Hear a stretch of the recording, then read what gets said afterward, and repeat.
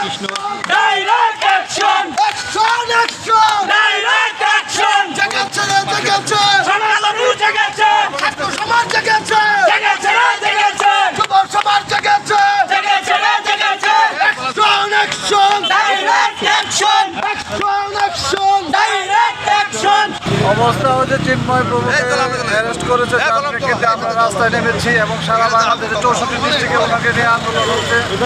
আমরা তার নিঃশর্ত মুক্তি চাই, আমরা তার নিঃশর্ত মুক্তি চাই। এখন প্রশাসনের পক্ষ এখন থেকে কিছু জানানো আমরা হয়েছে? রাজপথে আছি, ওনার মুক্তি না হওয়া পর্যন্ত আমরা রাজপথ থেকে যাব না। বাংলাদেশ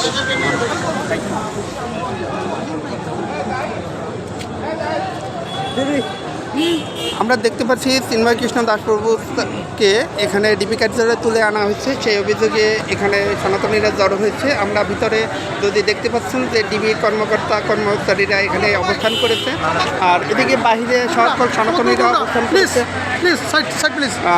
বাহিরে সকল সনাতনীরা অবস্থান করছে, আপনারা দেখতে পাচ্ছেন। এখন তারা চাচ্ছে শান্তিপূর্ণভাবে চিন্ময় কৃষ্ণ প্রভুকে যদি এখানে আনা হয় তাহলে তাদেরকে জানানো হোক, কিন্তু ডিবি কার্যালয় থেকে এখনও কোনো কিছু জানানো হয়নি। তাই তারা উদ্বিগ্ন এবং শঙ্কিত যে তাকে কোথায় রাখা হয়েছে এবং কারা আসলে নিয়েছে। আমরা ডিবি কার্যালয়ের সামনে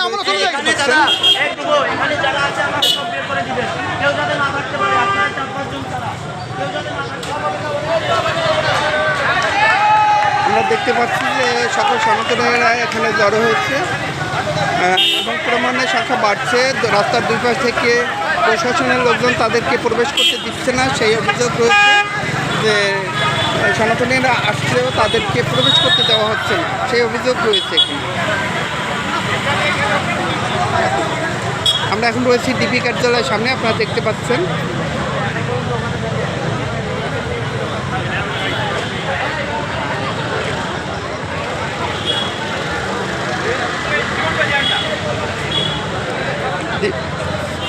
ডিবি কার্যালয়ের সামনে গেট দিয়ে তারা অবস্থান করেছে ওপাশে, আর রাস্তার অপর পাশে রয়েছে সনাতনীরা। সকল সনাতনীরা আসছে, কিন্তু অভিযোগ রয়েছে যে সনাতনীদেরকে প্রশাসনের লোকজন প্রবেশ করতে দিচ্ছে না।